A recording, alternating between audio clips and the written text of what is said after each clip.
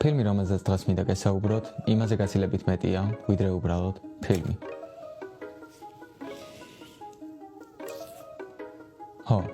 ალბათ უკვე მივხვდით, რა ფილმზეც მაქვს საუბარი. დარწმუნებული ვარ, ფილმი ნატრის ხე თითოეულ თქვენგანს ერთხელ მაინც აქვს ნანახი და გააზრებული. მაგრამ იმას, რაც მე ამ ფილმში 1 წლის წინ დავინახე, მხოლოდ გააზრებული ადამიანი თუ დაინახავდა. ნატრის ხე 1976 წელს თენგიზ აბულაძის მიერ შექმნილი მხატვრული ტრილოგიის მეორე ნაწილია. ამბავი იწყება ყაყაჩოებით მოფენილ მდელოზე, სადაც პატარა ბავშვი ახალგაზრდა ბიჭის ძალგამოცლილ ცხენს აღმოაჩენს. ის ფაქტი, რომ დაწყებიდანვე მაყურებელი სამ პერსონაჟს ხედავს, შემთხვევითი არაა. ესენი არიან ბავშვი, ახალგაზრდა გედია და ხნიერი ციციკორე.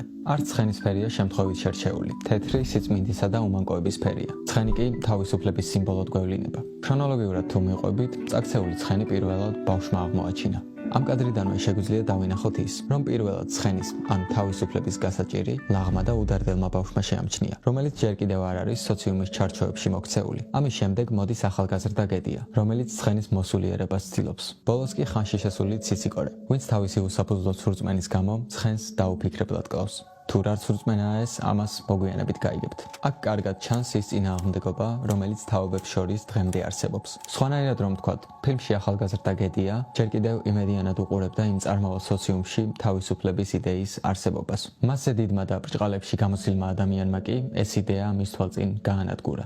არც ჩვენ და არც ყოფმა პერსონაჟებმა რეალურად არ იცოდნენ ის თუ რა სჭირდა ამ ცხენს, მაგრამ სამივე მათგანმა სხვადასხვანაირად იმოქმედა. იქნებ მოbrunდეს ციციკორეძი? აღარაფერი შეიძლება. სწორედ ასე, ფილმის დასაწყისშივე თავისუფლების იდეა გვხვდება. ამით რეჟისორი თითქოს მაყურებელს ამზადებს ყველაფერი იმისთვის, რაც შემდგომ მოხდება. ვაძოვებთ მეთქი ყორიანის მინდორში საქონელსა. ეგე, ახლა ცხენებსაც გვიხოცავს. ყორიანის მინდვრისა თივაც კი მაწყინარია. რა მიზეზია ციციკორე? რა მიზეზია და ძველად დიდი ომები მომხდარა თურმე ამ ადგილებში. ბევრი მტერია ჩახოცილი. მტრის სისხლი დღესაც იკბინება. მიწაში დუღს და იქიდან გვებრძვის. ჩვენ რომ ბალახს ავჭამდეთ, ჩვენც ამოგწყვეტავდა. სწორედ ამ უაზრო და სულელურ აზრს ემყარებოდა ის ქმედება, რაც ციციკორემ ჩაიდინა. ამ მომენტიდან ჩნდება ფილმში პირველი ბრბოსგან განცალკევებული პერსონაჟი, იორამი, რომელსაც ამ გამოგონილი აბსურდული მიზეზები სულაც არ სჯერა. ფილმში შემოსვლისთანავე ეს პერსონაჟი ასოცირდება ნგრევასთან და ცვლილებებთან. მეტიც, ის ყველას თვალწინ ციციკორეს დაუპირისპირდება, როდესაც მტრის სისხლით მოწამლული მდელოდან მოგლეჯილ ბალახს პირში ჩაიტენის.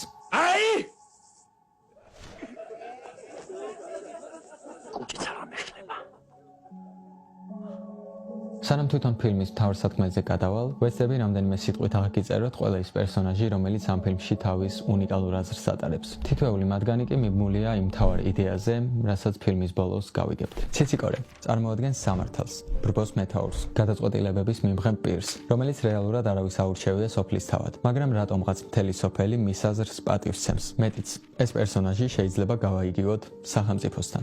იორამი, რევოლუცია, ცვლილება, პროგრესი, რომელსაც რა თქმა უნდა თან განადგურება და სისხლის ღრა ახლავს. ის მთელი ფილმის განმავლობაში რევოლუციას ელოდება. მან იცის, რომ რაღაც აუცილებლად უნდა შეიცვალოს, მაგრამ პირდაპირ ალტერნატივას ან ვერ გვთავაზობს. სამაგიეროდ ბავშვებს ასწავლის პროგრესის მნიშვნელობას და დადებით მხარეებს. ამრიგად ის გასაგანსაძლებს მოვალ თაობას, რომ თავისუფლად აზროვნების შესაძლებლობა ჰქონდეს. თავისუფლების არსიც ხომ ეგაა. ამ იდეით გაშღენთილ საზოგადოებაში ადამიანები უშვებენ გარდაუვალ შეცდომებს, რომლებსაც გვიან აანალიზებენ. ასეთ სოციუმს კი თავისუფლებასთან ერთად ყოველთვის გააჩნია პასუხისმგებლობის გრძნობა და კრიტიკულად აზროვნების უნარი. ფილმში ასევე გვხვდება პერსონაჟი სახელად მუმბალა. ისტორიაზე შეყვარებული ადამიანი, ვინც სოციუმის იმ ნაწილს წარმოადგენს, რომელიც ყოველთვის წარსულით ტრაბახობს, მხოლოდ საქართველოს ისტორიას ეთაყვანება და ელოდება ახალ დავით აღმაშენებელს. ის ამჩნევს იმ განუკითხაობას, რაც მისგან შემოხდება, მაგრამ საუბრის და ბრძნული გამონათქვამების გარდა ფასეულს არაფერს აკეთებს. ეს ფილმის განვითარებაში ბევრგან ჩანს. მაქამდეც მივალთ რა თქმა უნდა. მარიტა. ეს პერსონაჟი ფილმში წარმოადგენს სილამაზეს, სათნოებას და სილაღეს. მთელი ფილმის განმავლობაში მარიტა აჩენს თავისუფლების ისეთ გამოხატულებებს, რომლებიც სოფლის მოსახლეობისთვის მიუღებელია. სწორედ ამიტომ მე ის დავაკავშირე თავისუფლებასთან. ჩემი აზრით ავტორი ამ პერსონაჟით გვანახებს იმას, თუ როგორი ლამაზი და სათნოა თავისუფლების იდეა. პერსონაჟი სახელად ელიოსი. არის ადამიანი, რომელიც ყოველთვის რაღაც არარეალურს დაეძებს. ელიოსი შეიძლება გავაიგივოთ რწმენასთან. რა შედი ელიოსი? ჭასათხრი. აქ ჭეს რა უნდა. ნატურის თვალს ვეძებ. მის სახეზე კარგად ჩანს ის შიში, რომ სხვა ადამიანებმა შეიძლება მისი რწმენა აბუჩა დაიგდონ, მაგრამ ის მაინც მთელი ფილმის განმავლობაში აგრძელებს ბედნიერების ძიებას. ისევ ოქროს თევზზე ძეფელიო. ვეძებ მას? რა ქნა შენ მაგათა მარ და ოქროს კვერცხი. ჯერ დაუდია, მაგრამ დადებს. დადე, საოცრად დადე. ისევ ნაკვის გასაძე. ვეძებ. ცის გახსნას ელოდები. ველოდები მას? ნატრის თვალი, ოქროს თევზი, ოქროს კვერცხი და ნატრის ხეც რეალურად არის ის ბედნიერება, რასაც ადამიანი მთელი მისი ცხოვრების მანძილზე დაეძებს. ჩემი აზრით, ელიოსი შეიძლება ხვდებოდეს იმას, რომ ყოველივე ეს ლოგიკას მოკლებულია, მაგრამ მისი რწმენა იმდენად ძლიერია, რომ ის ძიებას მაინც აგრძელებს. სოფელს ასევე ჰყავს მღვდელი, რომელსაც რელიგიასთან არანაირი კავშირი არ აქვს, გარდა ფასადური სიმბოლიკისა, როგორიცაა ჯვარი, ანაფორა და გრძელი წვერი. იგი გარშემოყოფებს სულიერი სრულყოფისაკენ მისწრაფების არანაირ მაგალითს არ აძლევს. არ მუშაობს სოფლის სულიერ განვითარებაზე. და პირიქით, ერთი ბებერი საკუთარ ცდუნებას და ამ ქვეყნიურ სიამოვნებას აყოლილი ადამიანია. ნარგიზა, ქალი, რომელსაც სოფლის სხვა ქალებისგან განსხვავებით ყოველთვის ფერადი სამოსი აცვია. ეს პერსონაჟი სოფელში ცნობილია როგორც მსუბუქი ყოფაქცევის ქალი. მას ყველა ჭორავს, ყველა განსჯის. თვითონ ნარგიზას კი ეს ყველაფერი სულ ერთ ადგილზე ახატია და თავისი განსხვავებულობით ტკბება. ასევე სახასიათო პერსონაჟია ფუფალა, ქალი, რომელიც საკუთარ გამოგონილ ისტორიებში ცხოვრობს. იმის და მიუხედავად, რომ მისი მთლიანი ცხოვრება გამოგონილია, თავი მაინც მაღლა უჭირავს და იცის საკუთარი თავის ფასი. ფუფალა უწყინარი ადამიანია. არავის არაფერს ერჩის და მეტიც, ცდილობს გარშემოუყოფებს თავი კარგად აგრძნობინოს. ამის მიუხედავად, ის სოფელში ყოველთვის დაცინვის ობიექტია. დანარჩენი ბრბოსგან განსხვავებული პერსონაჟები კი, რომლებიც შემდგომ გამოგვადგებიან, არიან ხისმთლელი ქორია და უსაქმური თაღრია. ფილმში ყველა ეს პერსონაჟი, გარდა მღვდლისა და ციციკორესა, თითქოს სოციუმისგან გარიყული ადამიანები არიან და ისინი არ იღებენ მონაწილეობას სოფლის ყოველდღიურ საქმიანობაში. მაგრამ თუ სიღრმისეულად დავაკვირდებით, მორალურად ყველაზე სწორ მხარეს ფილმში სწორედ ეს ადამიანები დგანან. ფილმში რამდენიმე ისტორია ერთდროულად არის მოთხრობილი, მაგრამ მთავარი ამბავი, რომლის გარშემოც ყველა დანარჩენი ტრიალებს, არის ამბავი გედიასა და მარიტას სიყვარულზე. ყველაფერი დანარჩენი, რაც ამ ფილმში ჩანს, არის იმის საჩვენებლად, თუ როგორ ურთიერთობენ სხვადასხვა პერსონაჟები ერთმანეთთან. ფილმის ბოლოს კი ყველაფერი ერთად იკვრება და ყველა პერსონაჟი მის რეალურ სახეს ამჟღავნებს. დასაწყისიდანვე რეჟისორი გვანახებს იმას, თუ როგორი უაზრო და ჩაკეტილი ცხოვრებაა ამ სოფელში. გვაჩვენებს სხვადასხვა ისეთ სიუჟეტს, რომელიც მაყურებლისთვის ხშირ შემთხვევაში გაუგებარი და უცნაურია. იქამდე, სანამ ფილმში არ გამოჩნდება სილამაზისა და უმაკოების იდეა, მარიტა. მისი დედის გარდაცვალების შემდეგ გოგოს მამა სოფელში ჩამოიყვანს, რომ ბებიას მიაბაროს. მარიტა გაიცნობს ბიჭს სახელად გედია და ამ ორ ახალგაზრდას ერთმანეთი შეუყვარდება, მაგრამ მათი სიყვარულის ისტორიას ბედნიერი დასასრული არ უწერია. ჩემი აზრით, გედია წარმოადგენს იმ ახალგაზრდას, რომელიც თავისუფლებაზეა შეყვარებული. ციციკორე კი სახელმწიფოს და ბრჭყალებში სამართალს, რომელიც ფილმში გედიას ორჯერ წაართმევს ამ თავისუფლებას. პირველად ფილმის დასაწყისში და მეორედ მაშინ, როდესაც მარიტას მამას დაარწმუნებს ჩაიდინოს ის, რაც შემდგომ მთელს ფილმს ამოატრიალებს. სანამ ამ ყველაფერს ვნახავთ, მანამდე საჭიროა ციციკორეს პერსონაჟის კარგად შესწავლა. ციციკორე არის ადამიანი, რომელიც სოფლის მაგივრად იღებს გადაწყვეტილებებს. მისი გადაწყვეტილებები ხშირ შემთხვევაში ცრურწმენებს, შიშსა და უაზრო მორალურ ღირებულებებს ემყარება. იმის და მიუხედავად, რომ რაღაც სიმართლის მარცვალი მის ნასაუბრებშიც არსებობს, საბოლოო ჯამში ეს პერსონაჟი მაინც უსამართლო და არასწორია თავისი რადიკალური შეხედულებებით. მოდის გაწופებული მღელვარება. შენ რიუ? სულაირიკე? აბა ორი დაადე მიწას. ორი დაუკვდე როგორ გუგუნებს. ხომიც რასაც ნიშნავს ეს? რევოლუცია მოდის. ხალხის გამარჯვება მზადდება. მეფენის საფლავში ჩაეშვებიან. ბიჭო, შეურჯულო, განამარტო მეფეებს დაასამარებს რევოლუცია. არიცი რომ რევოლუციას თან მოაქვს რბევა, კაცის ყვრა, სისხლი და უბედურება. სულ წყალს უნდა მიეცეს კაცის შრომა, ოფლი და ამაგი. ამ მომენტში შეიძლება ვიფიქროთ, რომ ციციკორე სავსებით სწორ არგუმენტს ამბობს, მაგრამ ერთადერთი, რასაც მისი არგუმენტი ემყარება, არის შიში, ცვლილებების შიში. რევოლუცია კი აქ არ უნდა გავიგოთ პირდაპირ მნიშვნელობით. რეალურად, რაზეც იორამი საუბრობს, არის მორალური ღირებულებებისა და სოფლის წესების სწორი კუთხით შეცვლა, ანუ ცვლილებები ადამიანის აზროვნებაში. კარგი, ჩვენ წაგვლეკოს. მაგრამ ამას რას ერჩიამ უცოდვილს. ამასაც ხომ წალეკავს და გათელავს შენი რევოლუცია. არა, ამას არ წალეკავს. ამის ბედნიერებისაც არის ატეხილი ეს ქარიშხალი. ამის თავისუფლებისათვის ხდება რევოლუცია.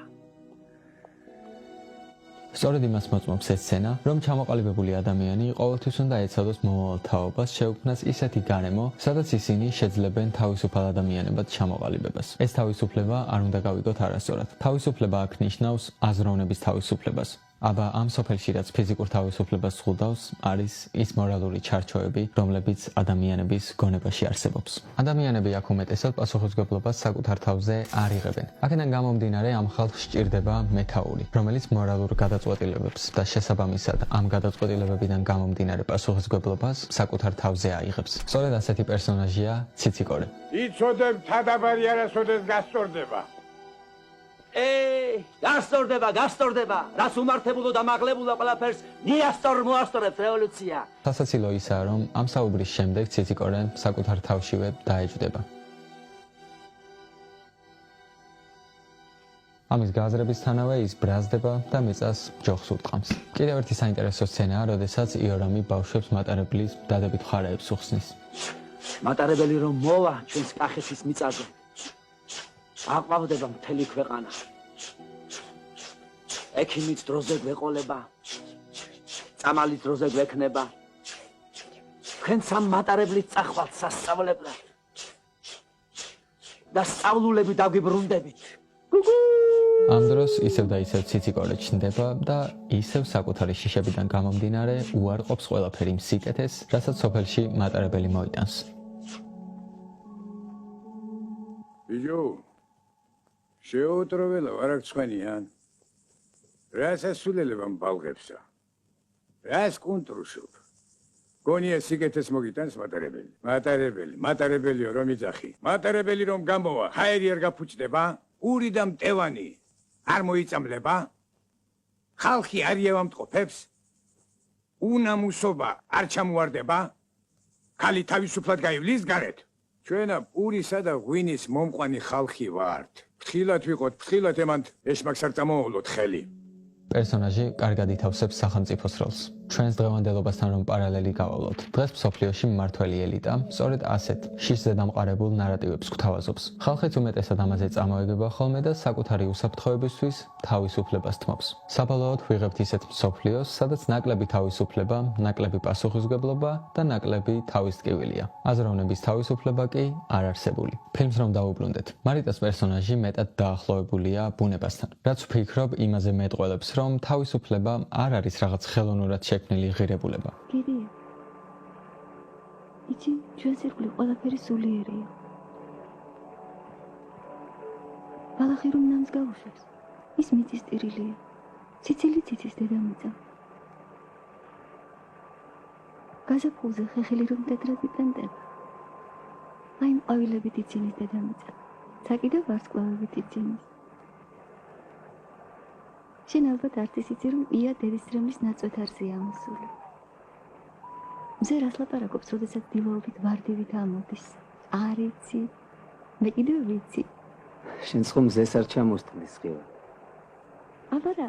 ეს ბოლო სიტყვები გვაჩვენებს იმას, თუ რამდენად ლაღი, წმინდა და ბუნებრივია მარიტა. თუ კი ჩვენ მარიტას თავისუფლებასთან გავაიგივებთ, გამოდის, რომ თავისუფლება ადამიანს ბუნებით მოსდევს. ყველაზე ძლიერი სცენა კი ჩემი აზრით ის მომენტია, როდესაც მარიტა პირველად გამოამჟღავნებს თავის უწყინარ თავისუფლებას. სამი ბიჭი, რომელიც ჯარში მიდის, გოგოებს გაეკიდება და მათ კოცნას თხოვს. გოგოებიც რა თქმა უნდა ამას იუარებენ და გაიქცევიან, გარდა მარიტასა.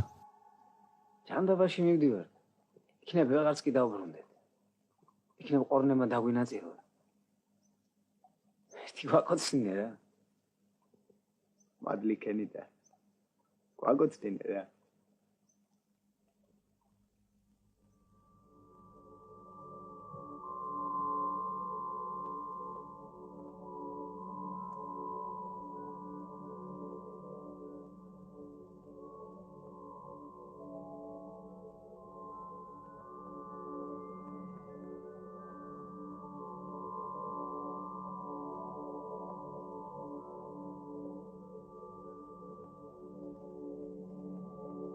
ამ სცენაში ციციკორეს თავისი მორალური ღირებულებებიდან გამომდინარე მარიტას ეს ქცევა არ მოეწონა. მის სახეზე აღბეჭდილი განცდები მოწმობს, რომ მან ვერ აიტანა მარიტას თავისუფლების ასეთი აშკარა გამოხატულება. სოფელიც სწორედ ასეა. მარიტას თითქმის ყველა შურის თვალითა და ბოღმით უყურებს. ადამიანები ვერ იტანენ სხვისი თავისუფლების ყურებას, რადგან საკუთარი არ გააჩნიათ. ეს ასევე კარგად ჩანს ერთ-ერთ სცენაში, სადაც მარიტა მდინარის პირას ხარობს წყალში თამაშით. ამ დროს მის ბებიას მიადგება მდიდარი ოჯახის შვილის შეთეს დედა, რომელიც თავისი შვილისთვის საცოლეს ეძებს. მის გვერდით ყოფ თანმხლებ ქალს კი სახეზე ეტყობა თუ როგორ ვერ იტანს მარიტას თავისუფლებას და სილაღეს. ერთადერთი ადამიანი, ვინც ხვდება იმას თუ რა ელის ამ დაჭაობებულ ადგილას ასეთ სილამაზეს, არის ფუფალა. ამ ყველაფერს კი მაყურებელი ფილმის ერთ-ერთ მომენტში უსიტყვოდ ფუფალას თვალებში ხედავს. მის თვალებში ჩანს ბედნიერება, სიხარული, მაგრამ ასევე სიბრალული. ფუფალას ეს წინადგრძნობაც სწორედ ამ მდინარის სცენაში გამართლდება, როდესაც ბებია მარადია და შეთეს დედა გადაწყვეტენ მარიტას შეთეზე მითხოვებას. მარიტას მამამ იცის, რომ გედიას და მის შვილს ერთმანეთი უყვართ. სწორედ ამიტომ ის მის შეთეზე მითხოვების გადაწყვეტილების მიღებას ვერ ბედავს. აქ ისევ ჩნდება ციციკორე და ფაქტობრივად ამ გადაწყვეტილებასაც საკუთარ თავს იღებს. ისევ და ისევ რაღაც უაზრო არგუმენტების საფუძველზე, რაც არასწორ შიშებს, ღირებულებებსა და ცრუწმენებს ემყარება. ქართველები ცოტანი ვართ. გატანჯული ხალხი ვართ. კარგსა და ჯიშიანს ყველაფერს ძალიან უნდა გავუფრთხილდეთ. უნდა გავამრავლოთ. კარგისა და ჯიშიანის გამრავლებას კი კარგი ნიადაგი უნდა. შეთეს ოჯახი მარიტასათვის სწორედ ეგეთი ნიადაგი იქნება. გედია ცუდი ბიჭი არ არის, მაგრამ უარსებუა, ღარიბი. უქომაგო, მაგას სად შეუძლია მარიტასთან ქალის მოვლა. გაბრაზებული გედია ხვდება, რომ ამ საზოგადოებაში სამართალს ვერ იპოვის, ამიტომ პირდაპირ ძალადობაზე გადადის. საპასუხოდ კი მას თავში ქვახვდება. და აი, დადგა ქორწილის დღე. დღე, როდესაც თავისუფლება სამართლიანობის სახელით გაიყიდა ფულზე. ვერც ერთი სოფლელი ვერ ხედავს ამ ქორწინებაში რაიმე უსამართლოს. გარდა იქ ყოფი გიჟი და განსხვავებული ადამიანებისა. ესენი არიან ქორია,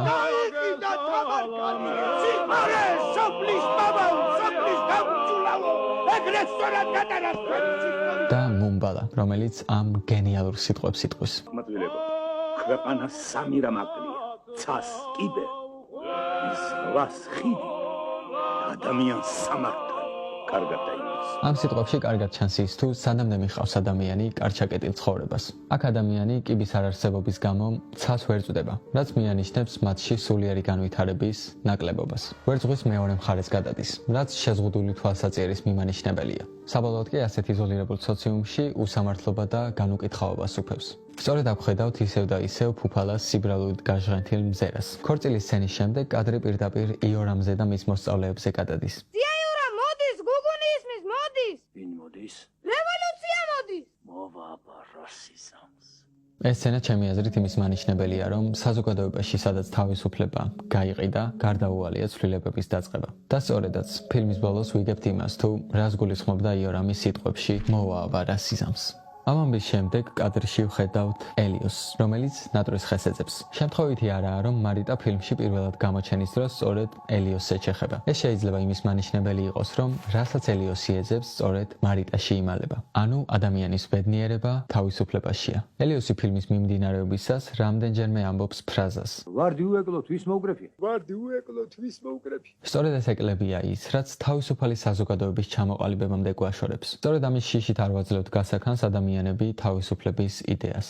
ელიოსი არის ერთადერთი, ვინც ამ ეკლებს არ უშინდება და მაინც აგრძელებს იმის ძებნას, რაც ყველა ჩვენგანს ასეთ ძალიან სურს. საინტერესო კი ის არის, რომ როგორც კი სოფელი გაყიდის თავისუფლებას, ელიოსი კვდება. ანუ ის ერთადერთი დარჩენილი იმედიც ქრება. მინდა რომ ეს კარგად დაიმახსოვროთ, რადგან ფილმის დასასრული, რომელსაც მე არ განგიმარტავთ, ამ ყველაფერთან არის კავშირში. შეიძლება ითქვას, რომ ნატრის ხის მთავარი იდეაც სწორედ ელიოსის პერსონაჟზეა დაფუძნებული. გავიდა რამდენიმე ხანი. ცხოვრება სოფელში ისევ ჩვეულებრივად გრძელდებოდა. გედიამ შეთესარყოფნით ისარგებლა და მარიტა სანახავად მივიდა. ეს შეხვედრა მეგობრული ჩახუტებითა და საუბრით შემოიფარგლა. მარიტა კი მიხვდა თუ რას უზავდა სოფელი მათ ეს რომ ვინმეს გაეგო. და სწორედაც შეთეს დედამ ყველაფერი დაინახა. იმის და მიუხედავად რომ ამ სცენის შემდეგ რეჟისორი პირდაპირ მარიტას დასჯას გვაჩვენებს, მაყურებელმა უკვე იცის თუ ვინ მიიღო ეს საზარელი გადაწყვეტილება. აქ სოფლის ამბავი კულმინაციას უახლოვდება და თითოეული პერსონაჟი მის რეალურ მრავალ სახეს ამჟღავნებს. ციციკორეში ჩვენ ვხედავთ სახელმწიფოს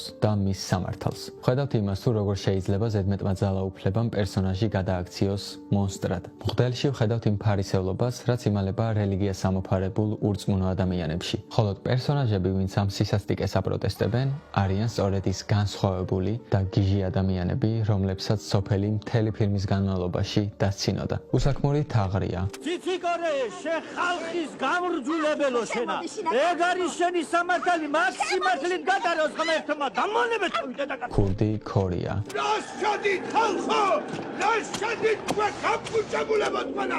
თქვენ უღმართოებო! შეშლილი იორამი. დაჯახეთის ტარტაროზებო! ციციკორე! მღვდელო! ხალხი ხალხენა! რატომ ერთი კისერი არა გაქვთ რომ ყველასთან დაგაკლებინო თავები? მუმბალა, რომელიც ისევ და ისევ მხოლოდ სიტყვიერად აპროტესტებს ამ ყველაფერს. რას ხეთ? გადაშენების გზას ვადეორთ ქართველები. და ნარგიზა. მიმოთავისუფლება. ამწდი თავიდან! კითხავს შესწავლის საქმეს. ვინ დაგაყენეს სოფლის? ამაშენეთ და ხალი გამიშვით. თვითონ ქვეყანა არ არის მადლიანად მომართული. ღმერთმა ვერ დაეწყო და შეგვიდა თავკუთალება.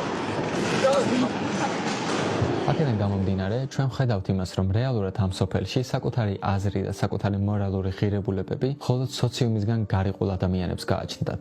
უსამართლობას მხოლოდ ამ ადამიანებმა გაუწიეს წინააღმდეგობა, მაგრამ უშედეგოდ, რადგან ძალა ყოველთვის უმრავლესობის მხარესაა. როდესაც საქმე სამართალს ეხება კი, უმრავლესობა ყოველთვის არასწორია. ბრბო გადაწყვეტილებებს საკუთარი არასწორი მორალური შეხედულებების საფუძველზე იღებს. ჯანა სოფელი ბრმა არის. ღობესაც თვალია, ჯამჭურჭელს, კედელსაც. ერთი წუნწლიანი თაგვი მთელ ქვევს წაბილწავს. შენ კი მოუკვდი შენ პატრონსაში უნამუსო. ვიწა დასაკრეო შენა. დენაცვალე სოფელო. ის შენ ძალას. სწორედ აქ სოციუმმა თავისუფლება გათელა. თუ დავაკვირდებით, ამინდით ძალიან დიდ როლს ასრულებს ამ სცენაში. ფილმის ერთ-ერთ მონაკვეთში, სადაც ზუსტად იგივე ამინდია, კადრში ჩანს იორამი, მარიტა და გედია. დახრე და დაანგრიე ეს უბადრუტი და უნიჭო სინამდვილე. ეს შეიძლება მიგვანიშნებდეს იმაზე, რომ ამ გადაწყვეტილებით სოციუმმა არა მარტო თავისუფლებას მოუღო ბოლო, არამედ საკუთარ უბადრუკ არსებობასაც დაუსვა წერტილი. ამით გზა გაიხსნა იმ ცვლილებებისთვის, რაზეც იორამი მთელი ფილმის მანძილზე საუბრობდა. სოფელმა ჩაახშო ყველანაირი პროტესტის გამოხატულება. მოკლა თავისუფლებას შეყვარებული გედია და თეთრ კაბაში შემოსილი მარიტა, ანუ თავისუფლების იდეაც დაასამარა. აქ ასევე გვხდება ერთი მნიშვნელოვანი კადრი, სადაც გაუბედურებული და ღირსება შელახული მარიტა პირდაპირ მაყურებელს უყურებს. ამით ხედავთ იმას, თუ როგორი ლამაზია თავისუფლება იმ ყველაფრის შემდეგაც კი, რაც მას ადამიანებმა უქნეს. ბოლოს კი მარიტა კვდება და სოციუმში თავისუფლებაც ქრება. ჩემი აზრით შემთხვევითი არაა ის რაკურსი, რომელიც რეჟისორმა ამ კადრისთვის შეარჩია. კარგი თვალი აუცილებლად შეამჩნევდა იმას, რომ მარიტა აქ საქართველოსთანაა გაიგივებული. ის თეთრი ცხენიცა და მარიტაც აქ ერთი და იგივე იდეას ატარებენ. სწორედ ამის შემდეგ ბებია გაიაზრებს იმას, თუ რამდენად დიდი შეცდომა დაუშვა, მაშინ, როდესაც თავისუფლება გაყიდა. აქ კი ფილმში ნარატორი ჩნდება და გვანახებს იმას, თუ რა ემართება ისეთ საზოგადოებას, სადაც თავისუფლებას კლავენ. ამ გაზაფხულის პირზე ვინახულე ჩემი სოფელი და მარიტას ნაესოვარიც. ყოველივე დამუნჯებულიყო. ნამოსახლარზე მარიტას სახლის ნაკედლარებიღა ჩანდა. აღარც ერთი ხე არ გადარჩენილიყო მარიტას ეზოში. ხოლო ძველი კერის ადგილზე თავისით პროწეული ამომარვარებულიყო. ვუყურებდი მხიარულ მზიან ყვავილს და არ ამჯეროდა, რომ მარიტა აღარ ამშვენებს დედამიწას. არც ის მეჯერებოდა, რომ ამ მტვერსა და ნაგავში ასეთი ბრწყინვალე ყვავილიანი ხე ამოსულიყო თავისით. მართლაც საიდან მოდის სილამაზე? ან სად მიდის? სად იკარგება? თუ დროებით მიეფარება? ვინ იცის? სწორედ ასე, საზოგადოება, სადაც თავისუფლება არ არსებობს, განწირულია განადგურებისთვის. მარიტას სიკვდილმა ეს უბადრუკი და დაჭაობებული საზოგადოება დაანგრია. ბუნებამ კი მის ნასახლარზე არსაიდან ბროწეულის ხე აღმოაცენა. რაც ჩემი აზრით იმის მანიშნებელია, რომ ჩვენი შეცდომების მიუხედავად სამყარო ყოველთვის გვაძლევს შანსს. შანსს, რომ ვიპოვოთ ის სწორი ღირებულებები, რაც შექმნის თავისუფალ და ჯანსაღ საზოგადოებას. დასასრულისთვის კი ნატვრის ხის ბოლო კადრი, რომელშიც ელიოსის ქალიშვილი მორთულ ხესთან დგას, მთლიანი ფილმის სათქმელს რამდენიმე წამში გადმოგცემს. თუ რას გვეუბნება ეს სცენა, ამას მე უკვე აღარ გეტყვით. ალიხე, მალიხე, სალიხე. მერტო მაბონი, მერტო მაბონი, მერტო მაბონი.